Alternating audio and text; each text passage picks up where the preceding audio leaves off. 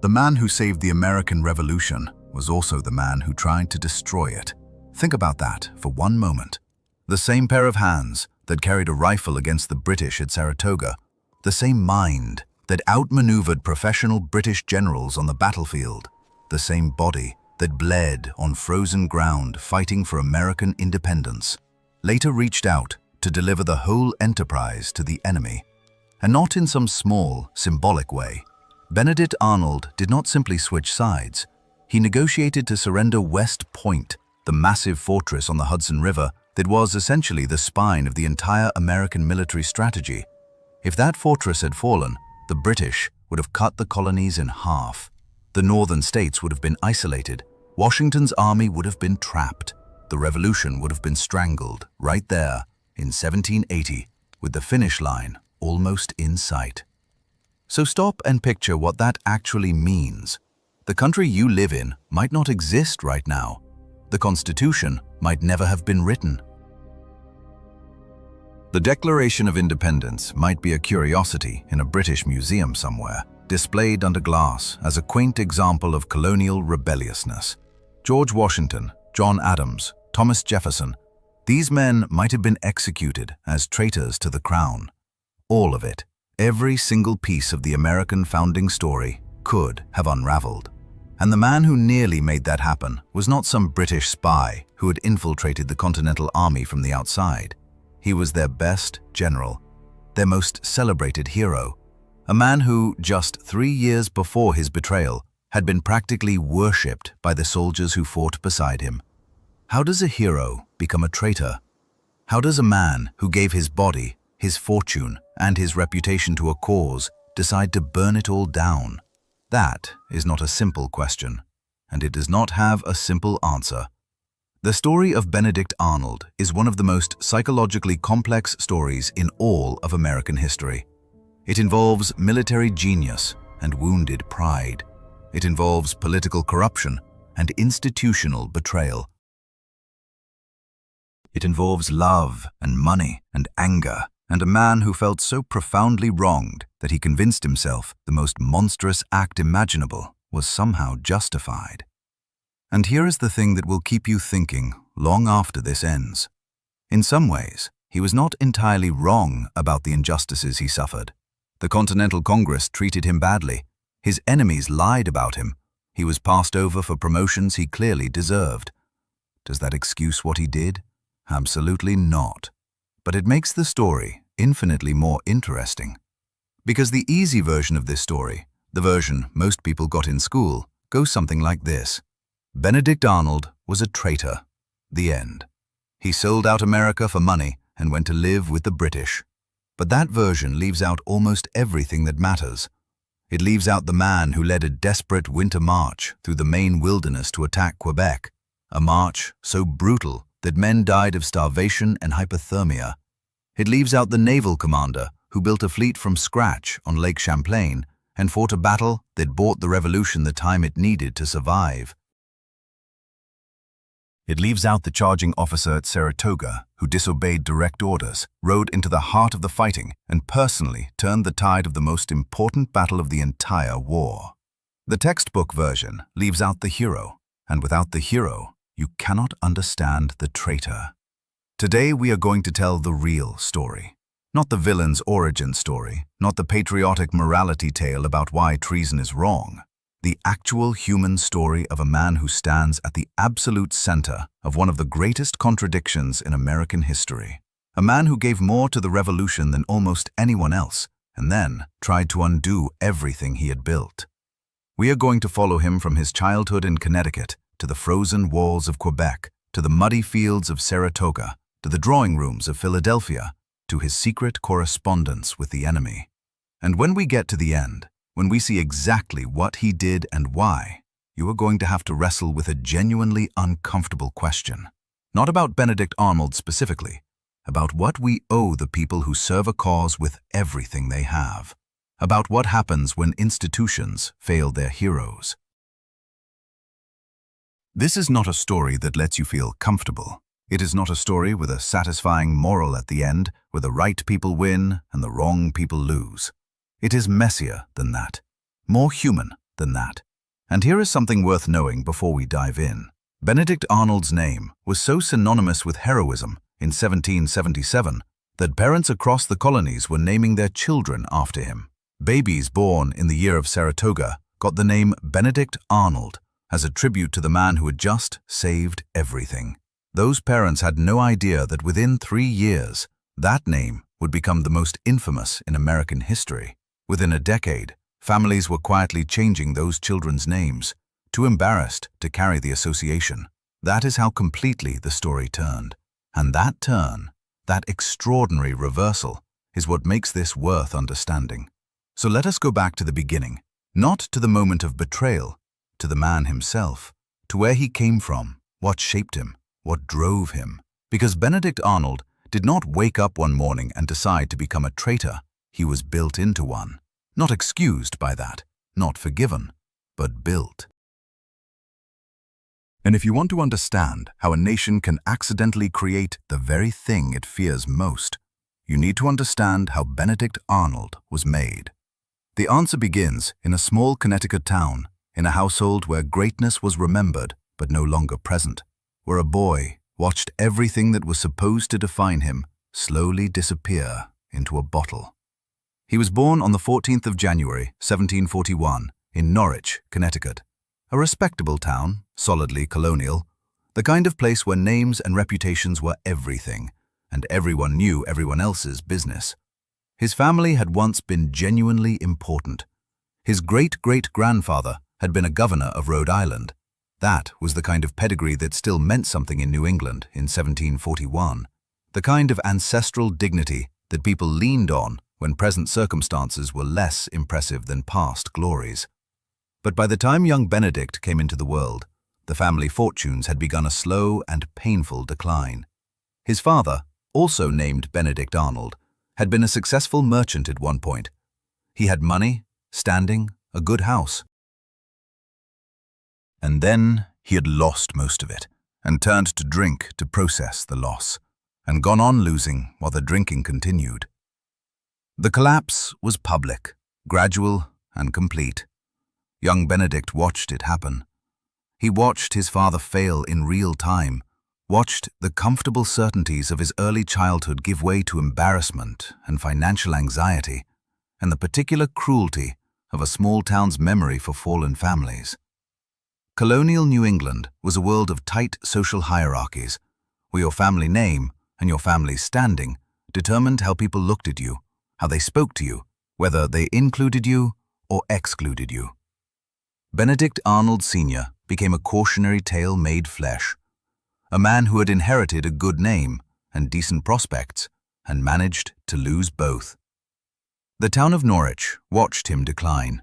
They watched his son watch it happen, and nobody pretended not to notice. That kind of humiliation leaves marks that no amount of later success can entirely erase. What did young Benedict do with that? He became ferociously ambitious.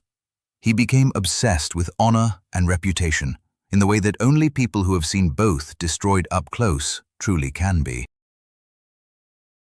He developed a hair-trigger sensitivity to any suggestion of disrespect, a response to perceived insult that could move from measured to explosive in an instant. He was a physically remarkable young man, compact and powerfully built, with dark eyes that people remembered as unusually intense, and a jaw set with a permanent quality of determination. He was not particularly tall, perhaps 5'9", but he carried himself like a considerably larger man. There was something about the way he moved, the way he entered a room, that commanded attention before he had said a single word. People who knew him as a boy described someone of almost reckless physical courage, someone who would take dares that other boys refused, someone who seemed genuinely unafraid of danger in a way that went beyond normal bravery into something that looked, in retrospect, almost like compulsion. He was apprenticed at a young age to two cousins of his mother, Doctors Daniel and Joshua Lathrop, who ran a successful apothecary and trading business in Norwich. He learned the merchant trade thoroughly, the buying and selling of goods, the management of accounts, the complex logistics of colonial commerce, the art of reading a market and moving fast when opportunity presented itself. He was talented at it in a way that suggested genuine intelligence rather than mere industry. But what he really wanted, even then, was to fight. Even as a teenager, Benedict Arnold's imagination was captured by military glory. The French and Indian War was burning across the northern frontier, and the colonies were full of stories of raids and battles and fortresses taken and lost. The war represented everything that a young man hungry for distinction could dream of. Danger, glory, the chance to prove yourself in the most absolute way possible. He ran away to enlist twice before he was old enough to be taken seriously. The second time, he had to be brought home. His mother was still alive and fragile, and the household needed him. He stayed. He buried his mother when he was 18 years old. His father died not long after, a broken man who had outlived his usefulness and his dignity. Benedict Arnold inherited almost nothing from either of them, except debts, a damaged name in Norwich, and a ferocious determination to do better than everything he had seen.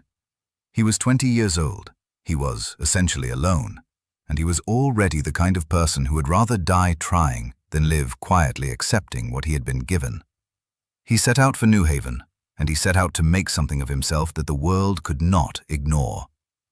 He arrived in New Haven with little money and enormous drive, and he made the city his own within a few years in the way that only genuinely exceptional people can. He established himself as a merchant and apothecary, selling medicines and books and imported goods through a shop that he ran with careful attention and long hours. He expanded into Caribbean trade, buying his own ships, running them personally on voyages to the West Indies and back, trading in horses and dry goods, and whatever other commodities would turn a profit in the Atlantic economy of the 1760s. He was good at all of it, genuinely good. Within a decade, he had 3 ships, a fine house, a solid reputation, and a business that stretched from Connecticut to the islands. He had rebuilt the family fortune and then exceeded it, accomplishing in a decade what his father had spent his life destroying. He married Margaret Mansfield in 1767, a respectable young woman from a good New Haven family. They had 3 sons together. On the surface, Arnold, at 32 or 33, looked like exactly the kind of prosperous colonial merchant who had everything to lose from revolution and every reason to stay loyal to the crown. A successful businessman, a family man, a property owner, someone with a stake in stability. But beneath that surface, everything was more complicated, and had been for years. Arnold's merchant career had already put him in direct and sometimes violent conflict with British authority. The colonial trade system was a tangle of regulations, duties, and restrictions that British customs officers enforced selectively and corruptly. Arnold, like most colonial merchants who worked the Caribbean routes, had bent the rules when the rules were bent. He had run goods without paying all the duties that were technically owed. In 1766, a crew member named Peter Bowles threatened to inform on Arnold to British customs officials. Arnold had him flogged and then challenged him publicly, making it clear that informing on a man's trading practices was the kind of dishonorable act that had consequences. He fought a duel with a French sea captain in the Caribbean over a point of honor that the other man had refused to concede. He wounded his opponent and walked away without apology or apparent regret.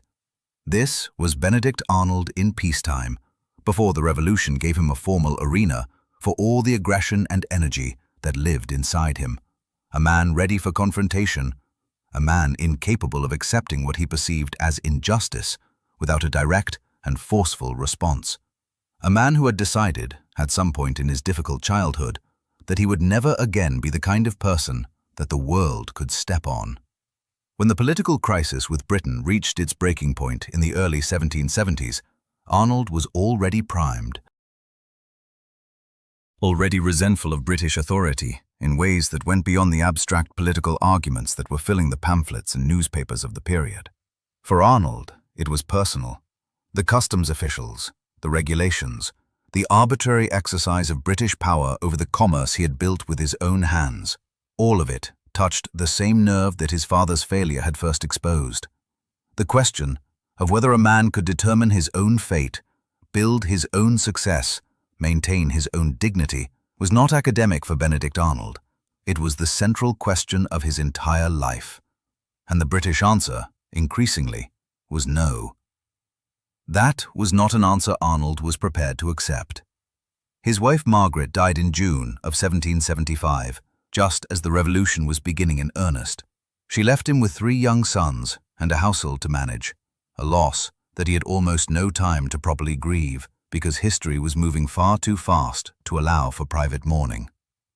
In April of 1775, the shots at Lexington and Concord had already changed everything. Arnold heard the news and did what he had been waiting his entire life to do.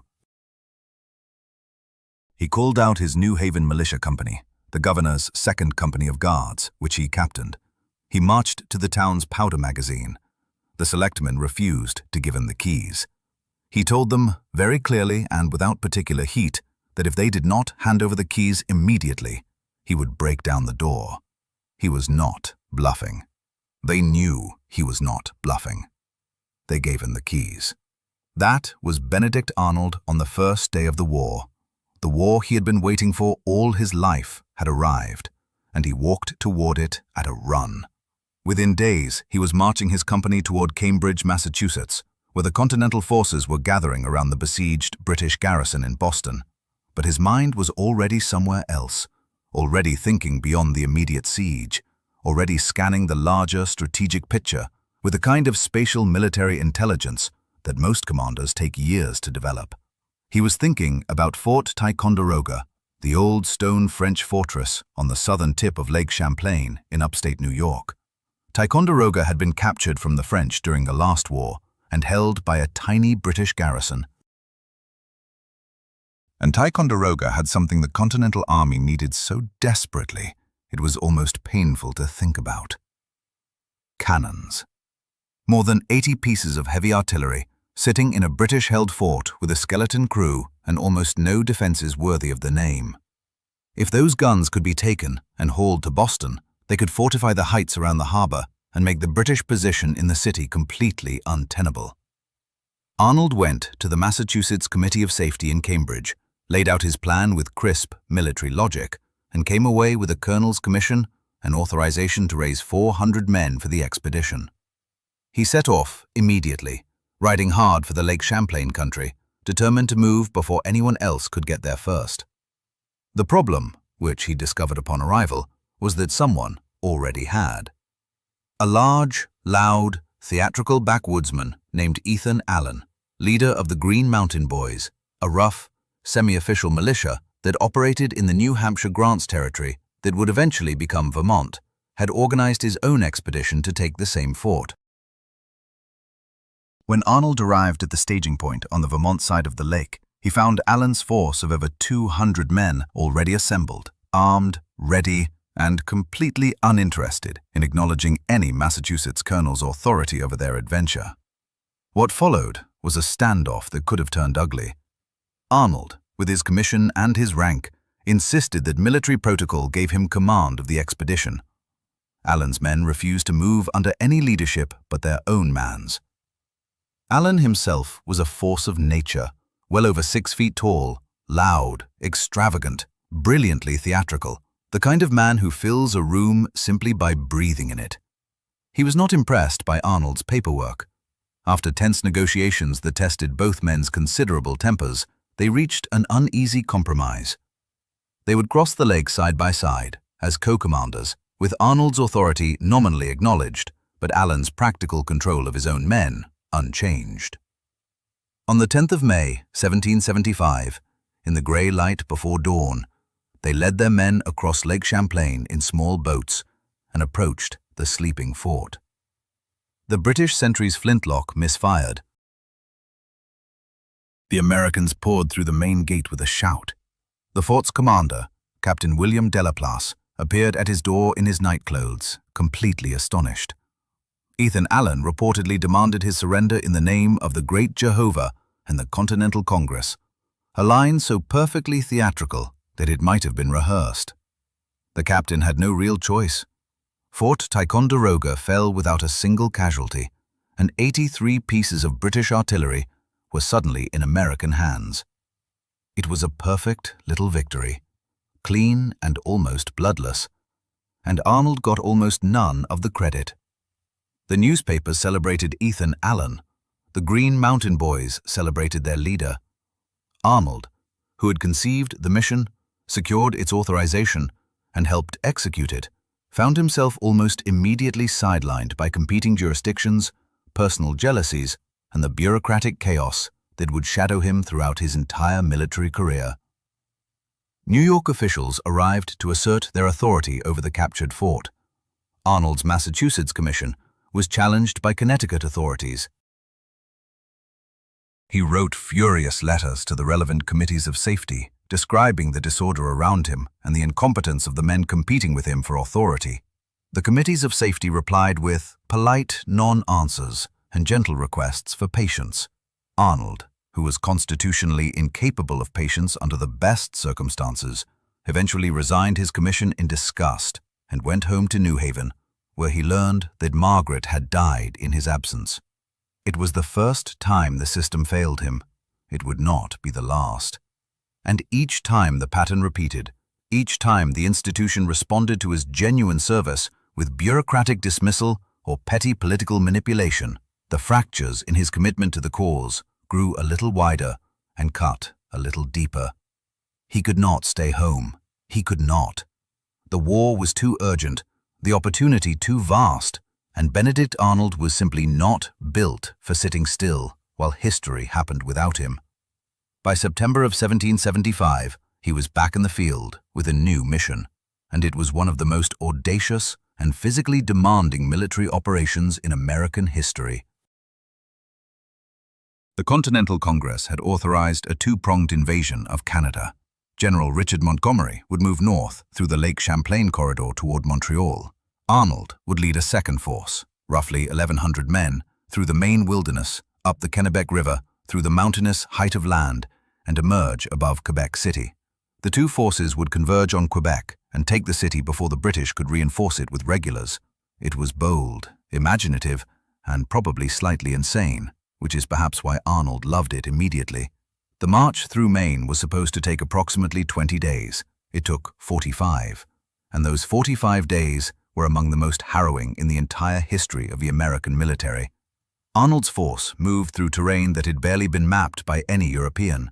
The Kennebec River proved far more treacherous than anyone had warned, full of rapids and falls that smashed the flat-bottomed bateaux the men used to carry their supplies. The bateaux themselves were the problem from the very beginning, hastily built from unseasoned green wood that warped and leaked almost as soon as it touched water. Food containers rotted in the bilge.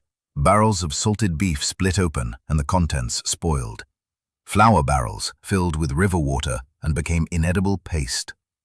Men portaged their boats over falls and then back into rivers that tried to kill them. And October in the Maine mountains meant freezing rain, wet snow, and overnight temperatures that turned every soaked camp into a survival challenge. People started dying, not from enemy fire, but from starvation and exposure and dysentery, and the sheer cumulative toll of physical exhaustion pushed far beyond what human bodies were designed to endure.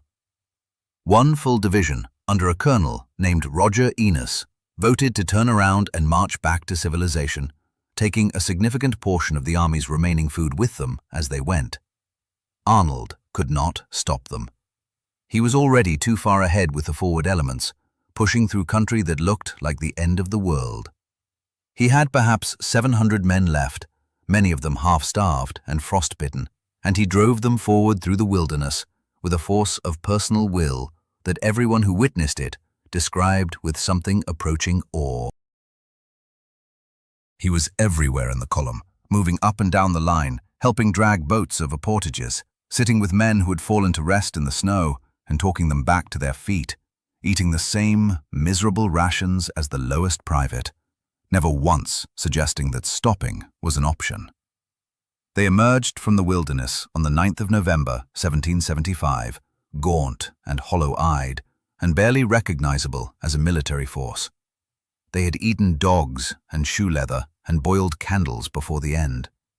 Men had hallucinated from hunger in the snow, but they had made it. They stood on the southern bank of the St. Lawrence River, looking across the dark water at the stone walls of Quebec City, rising against the November sky.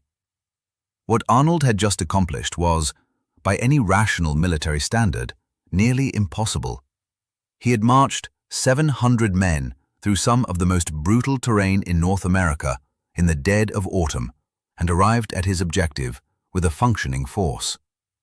He had no heavy artillery. He had critically short ammunition. He was facing a fortified city of considerable strength. But he had gotten there. And getting there, when no one who understood the route had believed it was possible, said something about Benedict Arnold that no promotion or public honor could have said more clearly. Montgomery arrived with his force in early December. Together they commanded perhaps 1,000 men against Quebec's garrison of close to 2,000. A frontal assault on the walls was out of the question. They had nothing like the heavy artillery such an assault required. Their best chance was a surprise attack during darkness and foul weather, when the defenders' advantage would be partially neutralized. They settled on the night of the 31st of December, 1775, a night of howling snowstorm that they hoped would cover their approach. The plan called for a coordinated attack from two directions simultaneously. Montgomery would lead his men along the narrow road at the base of the cliffs, under the walls, attacking from the south. Arnold would lead his force through the narrow streets of the lower town, attacking from the north. If both attacks succeeded, they would converge inside the city. Montgomery was killed almost instantly. A cannon blast at the first British barricade cut him down, along with several of his officers, and his men, suddenly without leadership and badly shaken, halted and then scattered. The southern attack was finished within minutes. Arnold knew none of this. He was leading his men through the labyrinthine streets of the lower town in the driving snow, moving fast, pushing hard, beginning to break through the first resistance. And then a musket ball struck him in the left leg, just below the knee, shattering the bone and dropping him into the snow. He lay there, bleeding, refusing to be carried back until his men physically lifted him onto a stretcher over his shouted objections. His second in command, the extraordinary Daniel Morgan, a giant of a Virginian rifleman with the hands of a blacksmith and the tactical instinct of a born soldier, pushed the attack forward into the city until his men were surrounded and forced to lay down their arms. The assault had failed completely. Arnold lay in a farmhouse hospital bed outside the walls of the city he had marched 400 miles to take, and he refused to retreat. For the rest of the brutal Canadian winter, with his leg badly damaged and his force reduced to a ghost of what it had been, he maintained the siege of Quebec. He wrote to George Washington that he would hold his position or die in the attempt. It was not bravado. He was the kind of man who says what he means and means what he says. And everyone who read the letter understood that. He stayed in the snow outside those walls through January and February and into March, willing the siege to hold by the force of his personality alone, until the spring brought British reinforcements and the Americans were forced to retreat south. He fought the rear guard of that retreat with the same ferocious energy he had brought to everything, covering the withdrawal of the main force through a series of sharp defensive actions that prevented what might otherwise have become a complete military disaster. By June of 1776, the Americans were back at Crown Point, south of Fort Ticonderoga, with the British pushing hard down Lake Champlain and the situation looking genuinely desperate. The British plan was clear and logical. Push down the lake, take Ticonderoga, come down the Hudson River Valley, link up with their forces in New York, and cut the colonies in two. The Continental Army had almost nothing to stop them with. No naval presence on the lake, no significant artillery in the right positions, a skeleton garrison at Ticonderoga that could not have held the fort for long against a serious British assault. What they needed more than anything else was time. weeks, ideally months, to recruit, organize, train, supply. Someone had to slow the British advance on the lake. Someone had to do the impossible job of standing between one of the world's great naval powers and a completely undefended corridor that led to the heart of the revolution. Arnold was given the job that he should not have been able to do: build a fleet. From nothing, on Lake Champlain, immediately. Using local timber and local craftsmen, and whatever naval expertise could be scraped together in the middle of an active war, with inadequate supplies, competing demands on every resource, and a timeline measured in weeks rather than months. He threw himself into it with an intensity that wore out everyone around him. He recruited carpenters from the surrounding countryside, arguing and cajoling and occasionally shouting them into service. He supervised the felling of timber and the construction of hulls in makeshift shipyards that he essentially invented from scratch. He badgered supply officers for nails and rope and canvas with a persistence that some described as inspiring and others as maddening. He wrote to the Continental Congress, demanding sailors, artillerymen, powder. He learned enough about naval construction and naval tactics in the space of a few months to competently command the fleet he was building, because there was effectively no one else available who could do it. By August of 1776, he had 16 vessels of various sizes, crewed by soldiers and rivermen and volunteers and anyone else who could be persuaded to get aboard. They were outgunned and outmanned compared to what the British were bringing down the lake, but they existed, which a few months earlier had seemed impossible. On the 11th of October, 1776, Arnold positioned his fleet in the Narrows south of Valcour Island and waited. The British fleet was formidably superior. Bigger ships with more guns, professionally trained crews, experienced officers who had spent careers on the water. By any rational military analysis, Arnold's little fleet should have been destroyed within an hour. Instead, the Battle of Valcour Island lasted through the entire day, a brutal, grinding engagement in which Arnold personally directed the fire of his flagship, moving between gun crews, refusing to strike his colors even as his ships were shot to pieces around him. When darkness finally ended the fighting, his fleet was badly damaged, but still existed. That night, in complete darkness, with British ships blocking the obvious escape route, Arnold executed one of the most remarkable tactical withdrawals of the entire war. He led his remaining vessels through the British lines in fog, running without lights, using every bit of knowledge about the lake and the weather that months of preparation had given him. He slipped past the entire British fleet in the dark and ran south. The British caught up with the remnants of his fleet 2 days later near Split Rock and destroyed most of what remained. Arnold ran his own flagship aground rather than see it captured, got his men safely ashore, set the ship on fire himself, and marched through the woods under British artillery fire to reach Crown Point. He had lost the battle. His fleet was gone, but he had done something that mattered more than winning. He had delayed the British advance on Lake Champlain by nearly 6 weeks. 6 weeks that meant the British could not attempt an attack on Ticonderoga before the onset of winter forced them back to Canada. 6 weeks that gave the Americans exactly the time they needed to prepare for what was coming in the spring. 6 weeks that may have saved the revolution. Nobody gave him a medal for it. Nobody threw him a dinner. Congress was busy with other things. By the spring of 1777, everything was converging toward the confrontation that would determine the outcome of the entire war. The British had a plan, and it was a good one.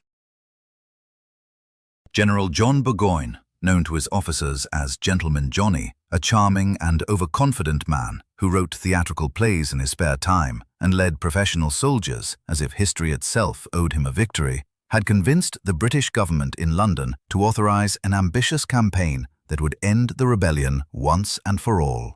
He would lead a powerful force south from Canada through the Lake Champlain corridor, take Fort Ticonderoga, march down the Hudson River to Albany, and link up with other British forces moving north from New York City. The result would be a clean division of the colonies along the Hudson, isolating New England from the southern states and allowing Britain to deal with each part separately. It was strategically sound. It should have worked.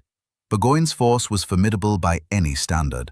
Nearly 8,000 men, a mix of seasoned British regulars, German mercenaries of genuine professional quality, loyalist provincials, and Indian allies who knew the northern forest better than anyone. He had excellent artillery and a supply train built for a sustained campaign. He captured Fort Ticonderoga in early July with such ease that the American commander, General Arthur St. Clair, retreated without mounting anything resembling a serious defense, abandoning the fort that Arnold and Ethan Allen had captured 2 years earlier and that Arnold had spent months helping to hold. Congress was outraged. The northern country was in panic, and the army sent north to stop Burgoyne was commanded by General Horatio Gates, a political general of the First Order, a man of genuine administrative competence who had more talent for cultivating friendships in Congress than for the savage business of fighting battles. Arnold was already in the Northern Theater, serving under Gates and still carrying the limp from his Quebec wound that would never entirely leave him. The two men were a study in incompatibility from their first meeting. Gates was patient, cautious, calculating, deeply aware of his own political position, and careful never to risk more than he had to. Arnold was aggressive, direct, physically courageous to the point of recklessness, and completely incapable of understanding why a commander with the enemy in front of him would choose to wait rather than attack. They grated on each other immediately, and as Burgoyne's army advanced and the pressure built, the friction between them intensified towards something that looked increasingly like hatred on both sides. The armies collided at Saratoga in September and October of 1777 in two separate battles that would together constitute the most consequential American military victory of the entire war. At the first battle, Freeman's Farm, on the 19th of September, Arnold commanded the American left wing in a day-long struggle through the thick woods around a clearing that neither side could quite secure.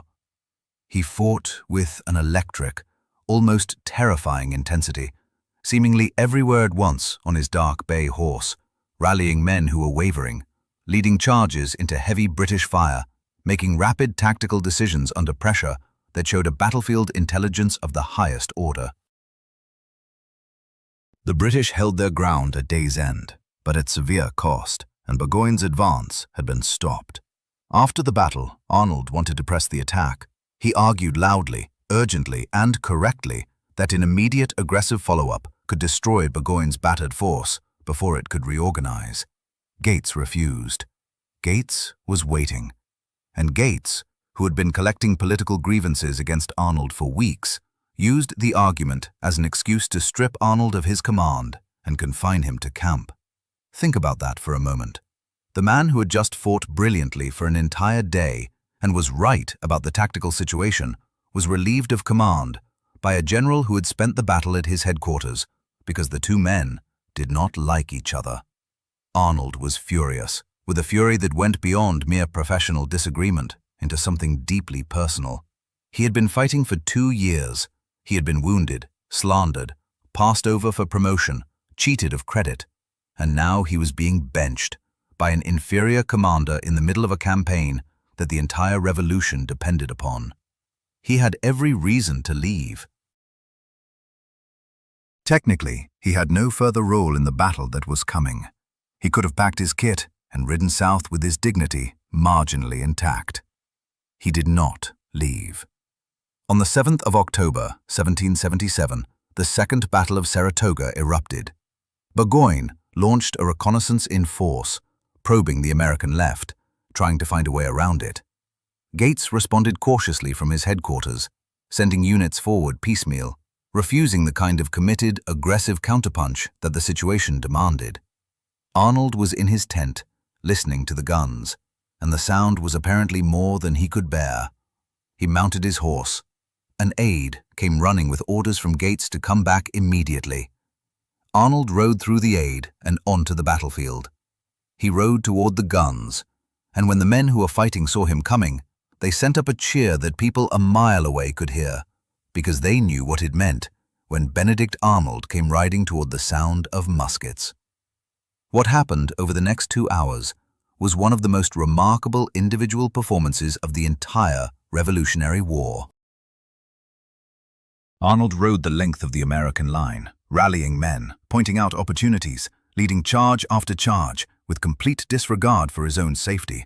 He found the critical weakness in Burgoyne's position, the junction between 2 German mercenary units on the British right, and he led a group of men directly at it, crashing through before the defenders could plug the gap, pouring into the breach like water through a broken dam. He was inside the captured redoubt, his men consolidating their position, when a German soldier shot his horse from under him. The horse came down on Arnold's left leg as it fell, the same leg that had been smashed at Quebec 2 years before, the same leg that had never properly healed.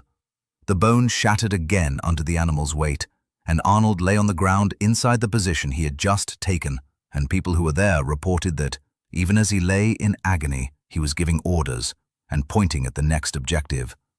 They carried him off. The British line collapsed without the redoubt he had taken.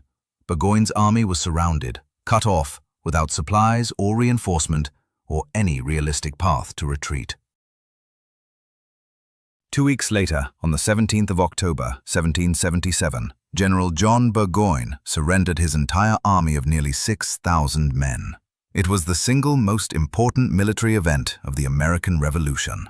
It was the victory that convinced France to formally ally with the United States, bringing the full weight of French naval and military power into the war on the American side. It was the moment when the revolution went from being a serious rebellion to being a cause with a genuine chance of winning. And the man most responsible for the victory on the field lay in a hospital tent with a shattered leg, having won the battle by disobeying orders to fight it. Horatio Gates accepted the British surrender. Horatio Gates received the congratulations of Congress. Horatio Gates was celebrated in newspapers and pamphlets. His portrait was painted, medals were considered, and Arnold, who had been stripped of his command by Gates before the battle, and then single-handedly turned its outcome through an act of unauthorized brilliance, lay in agony and received somewhat less acknowledgement. This was not unusual in his experience. It was, in fact, becoming the pattern of his entire relationship with the institutions he served. Let us be precise about what had been done to Benedict Arnold by the time he lay recovering from his second serious wound in the winter of 1777 to 1778. The promotions problem had started in February of 1777. Congress authorized 5 new major generals. Arnold was not among them. 5 officers were elevated over him, 5 men who had done nothing approaching what Arnold had accomplished. The reason given was geographic and mathematical. Connecticut already had its quota of major generals. Arnold was told he was simply a casualty of arithmetic, that his exclusion was nothing personal. He wrote to Washington in controlled but clearly anguished terms. Washington sympathized privately and could not help publicly. Arnold submitted his resignation. Washington talked him out of it with appeals to his patriotism and vague assurances that the injustice would be corrected. It was not corrected. When Congress finally gave Arnold his promotion in the wake of Saratoga, they restored his date of rank in a way that was supposed to give him seniority over the men who had been jumped above him. Then they reversed themselves, adjusted the seniority of another general in a way that effectively kept Arnold Jr. to men he had been passed over for, and justified the reversal with procedural language that everyone involved recognized as a transparent political maneuver. Arnold had been promoted and demoted in the same motion. The whole exercise had been designed, whether consciously or not, to appear to address his complaint, while leaving the underlying humiliation intact. Simultaneously, his reputation was being attacked by someone with both a grudge and a platform. A Continental Army officer named John Brown, who had disliked Arnold since the Ticonderoga affair of 1775, distributed a pamphlet accusing Arnold of theft, fraud, cowardice, and a catalogue of other offenses. The charges were largely fabricated or wildly exaggerated from misrepresented facts, but they circulated widely through the colonies at exactly the moment when Arnold's name was appearing in newspapers as the hero of Saratoga. Congress ordered an inquiry. The inquiry cleared Arnold of the serious charges, but in the way these things always work, the accusation left a residue that the exoneration could not fully remove. His name had been associated publicly with dishonor, and some portion of the audience would always remember the accusation more clearly than the acquittal. In June of 1778, Washington appointed Arnold military governor of Philadelphia. The British had evacuated the city after the terrible winter at Valley Forge and the improved American military position, and someone competent needed to manage the civil administration of the most important city in the country. Arnold was still not fit enough to ride or fight effectively, and his administrative abilities were genuine. It made sense on paper. In practice, it put him in an environment that was essentially designed to corrupt him, and he arrived already corrupted, or at least already convinced that he was owed something substantial that no one had yet paid.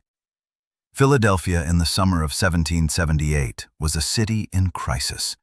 Years of war and a winter of British occupation had torn the social fabric badly. Patriots and loyalists and the large middle ground of people who had tried to survive the occupation without committing too firmly to either side all lived together in a city charged with grievance and suspicion. Arnold moved into the grandest house available, the Penn Mansion on Market Street, and he lived in it as if he were the man he had always wanted to be. He threw expensive dinners. He entertained lavishly. He used army wagons to move private goods and extract private profit. He issued passes through the lines to people with clear loyalist connections, taking fees or favors in exchange. He was engaging in the kind of corruption that powerful men in difficult times have always engaged in, telling himself that the country owed him these small accommodations, that the real wrongdoers were the men in Congress who had stolen his promotions and the men who had spread lies about his character. And then he met Peggy Shippen. Margaret Shippen, known universally as Peggy, was 18 years old in 1778, and she was one of the most remarkable young women of revolutionary America, in ways that her era was not designed to recognize. She was beautiful in a precise, carefully composed way, with large blue eyes, a pale complexion, and an air of serene intelligence that struck everyone who met her. She had spent the British occupation of Philadelphia moving through the highest social circles of British military society in the city with an ease and sophistication that said a great deal about her social intelligence. She had attended the meschianza, the elaborate farewell ball that British officers threw for themselves before evacuating, dressed in elaborate costume, dancing with officers whose names would later appear in the newspapers on both sides of the Atlantic. Among those officers had been a charming, cultured, slightly theatrical young British intelligence officer named John Andre, who painted watercolor portraits and wrote occasional verse, and had a gift for the kind of sophisticated social performance that made him unforgettable at parties. Peggy Shippen knew John Andre. She remembered John Andre. And when her future husband reached out to the British, John Andre was the officer on the other end of the wire. Arnold saw Peggy at a party, and he began to court her with the same focused, ferocious intensity he brought to every other objective he had ever set himself. He was 37. She was 18. He was famous, powerful, the military governor of the city. She received his ardent letters with a composure that might have been warmth, or might have been something more calculated, and history has never entirely resolved which. They married in April of 1779. Whether Peggy Shippen married Arnold because she loved him, or because she saw in him a vehicle for something she wanted, or because her father's loyalist sympathies inclined her toward a man who was quietly becoming disillusioned with the Patriot cause, or some mixture of all three, is a question that will probably never be definitively answered. What is not in serious dispute is this. When Arnold began his secret correspondence with the British, Peggy Shippen Arnold was not a passive bystander. She was a participant. She was a conduit. She knew, and she helped. Arnold made his first contact with British intelligence in May of 1779. A letter went out through a loyalist intermediary, eventually reaching the British command in New York. General Henry Clinton, the cautious and capable British commander, received it. his chief intelligence officer received it. That officer was John Andre. Andre, who had once danced with Peggy Shippen at the Meschianza, now began the careful, coded correspondence with Peggy Shippen's husband that would consume the next 16 months. The negotiations were slow. Arnold was not offering his services out of conviction or sudden loyalist sentiment. He was quite clear, at least to himself, about what was happening. He was selling something. He wanted money, enough to secure his family's future regardless of the outcome. He wanted a commission in the British Army at an appropriate rank. He wanted guarantees of compensation if the conspiracy was exposed before it succeeded. He dressed all of this in political language about congressional corruption and the hopelessness of the American cause, and some of that language may have reflected genuine belief, but underneath it was a transaction, and everyone involved understood that it was a transaction. The correspondence ran through coded letters using a prearranged cipher based on a specific edition of Blackstone's Commentaries on the Laws of England. Letters that read like commercial correspondence, full of references to goods and prices and deliveries, contained in their coded subtext detailed military intelligence about American positions, troop strengths, supply lines, the personalities and capabilities of continental commanders. Arnold was passing everything he knew, and as a senior general, he knew a great deal. The British were satisfied with the quality of what they were receiving, but Arnold had something more specific in mind, something that would end the war in a single operation, if it worked. In the summer of 1780, through a combination of careful maneuvering and the genuine respect that Washington still had for him, despite his troubled history, Arnold got himself appointed to the command of West Point. He had specifically requested the posting, which was unusual enough that it should perhaps have raised questions. West Point was the great fortress complex on the Hudson River, at a point where the river bent sharply and made naval passage almost impossible to force.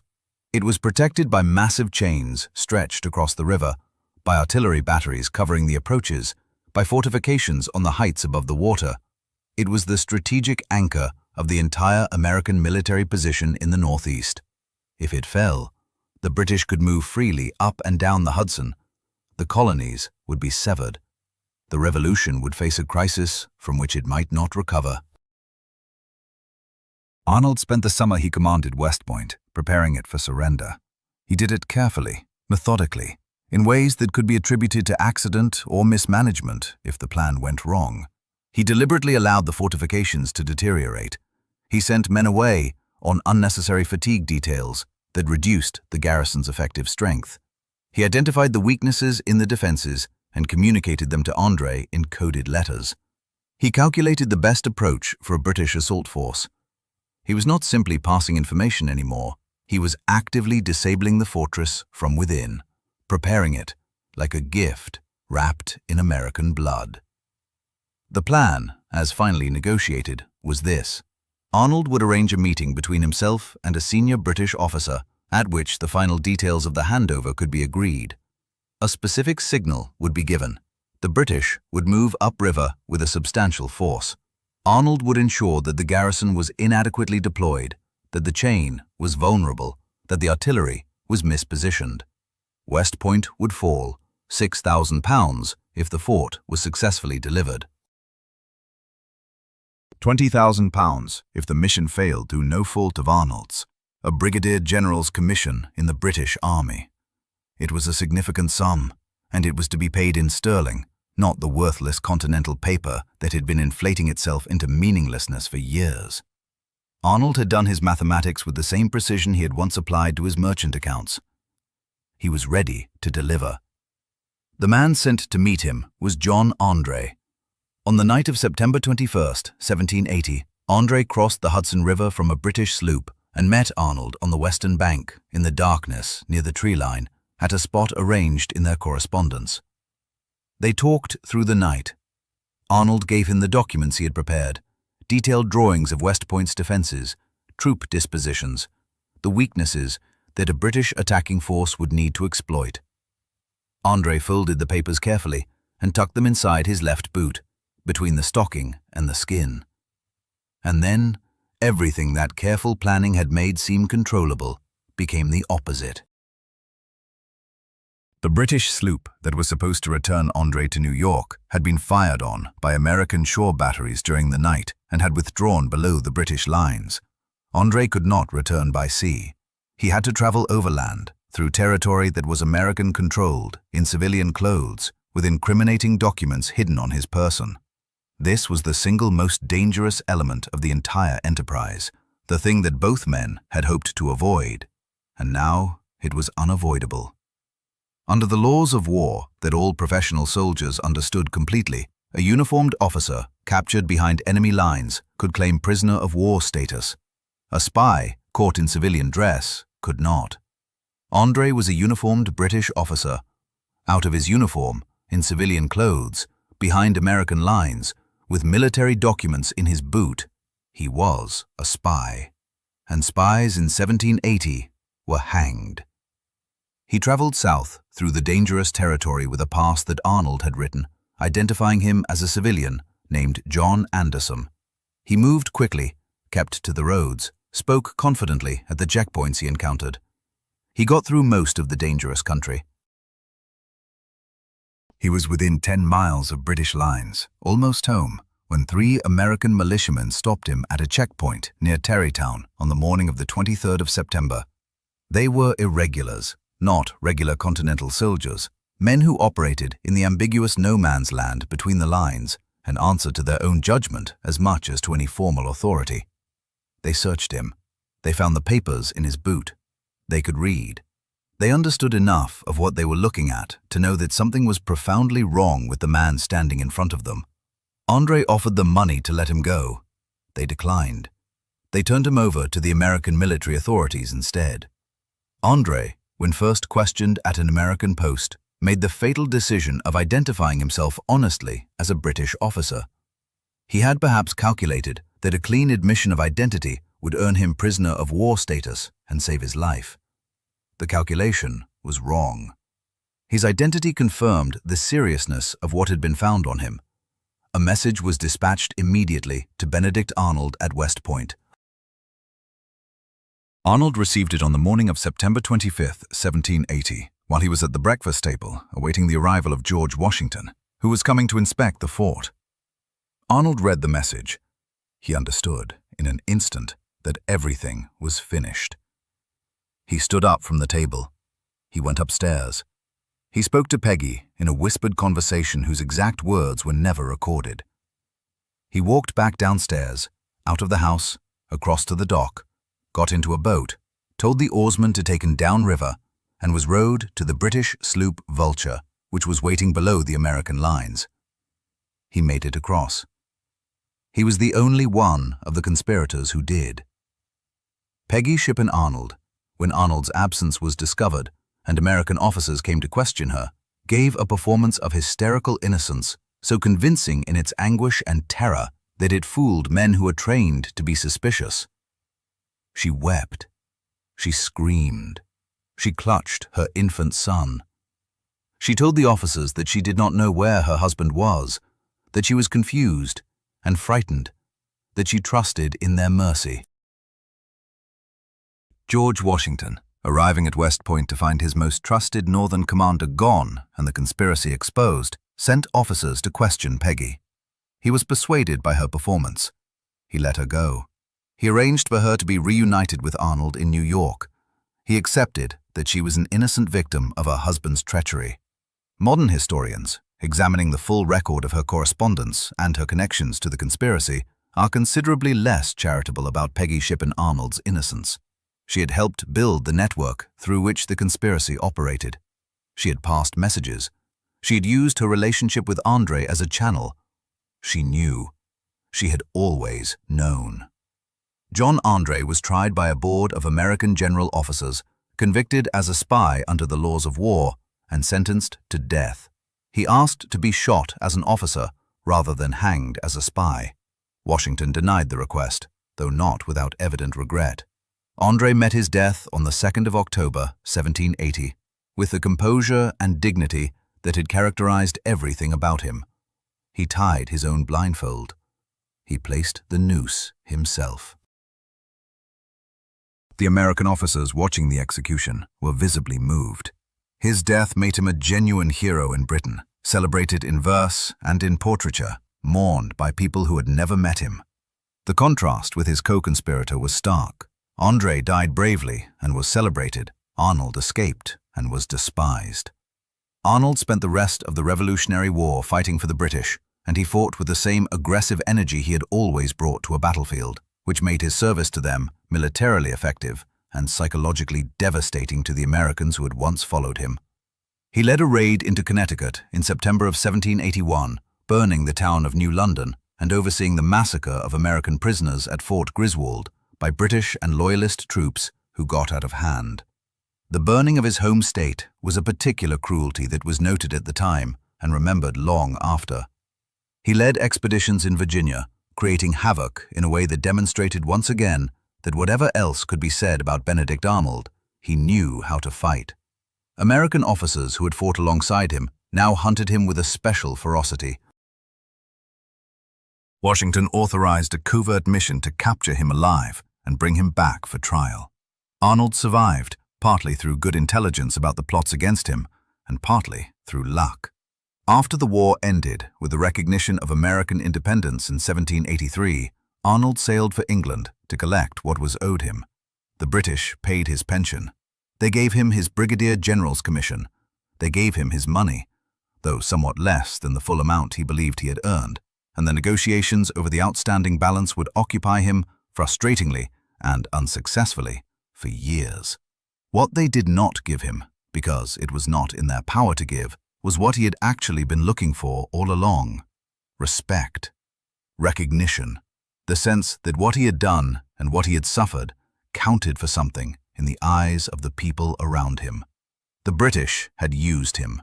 They acknowledged it without embarrassment. He had given them a valuable service, and they had paid for it. And that was the extent of the relationship. He was a traitor, after all, and the British were a nation that had dealt with traitors before. They knew what traitors were worth, and the answer was what they could provide, and not a pound more. He moved to Canada for a time, to St. John in New Brunswick, and tried to rebuild his merchant career in the rough colonial trading environment of the maritime provinces. He got into business disputes. He got into legal conflicts. He was burned in effigy by his Canadian neighbors, who had not forgotten his history and did not much want an infamous American traitor building a business in their community. He returned to London. He attempted various commercial ventures in the Caribbean with limited success and a great deal of disappointment. He was not poor, he was not starving, but he was not what he had once been, and he knew it, and the knowledge sat on him heavily through the last decade and a half of his life. He died in London on the 14th of June, 1801. He was 60 years old. His death was noted in British newspapers with brief, factual obituaries that mentioned his service without excessive praise or condemnation. He was given a modest burial without ceremony. His wife Peggy survived him by 3 years, dying in 1804, also in London. Their children grew up in England, largely keeping clear of the notoriety that surrounded their father's name, building quiet lives at a careful distance from the history that had made and unmade him. Back in America, the name Benedict Arnold completed its transformation into something that was no longer quite a name at all. Streets that had been named after him were renamed, plaques were removed. The commemorations of his earlier service were scrubbed of his name wherever possible. At Saratoga, where his wound had been the hinge of the most important battle of the war, a monument was eventually erected at the exact spot where he had fallen. The monument acknowledges the wound, the date, the rank. It does not include the name. It is a boot on a pedestal, an empty uniform, a recognition of what happened without a recognition of who made it happen.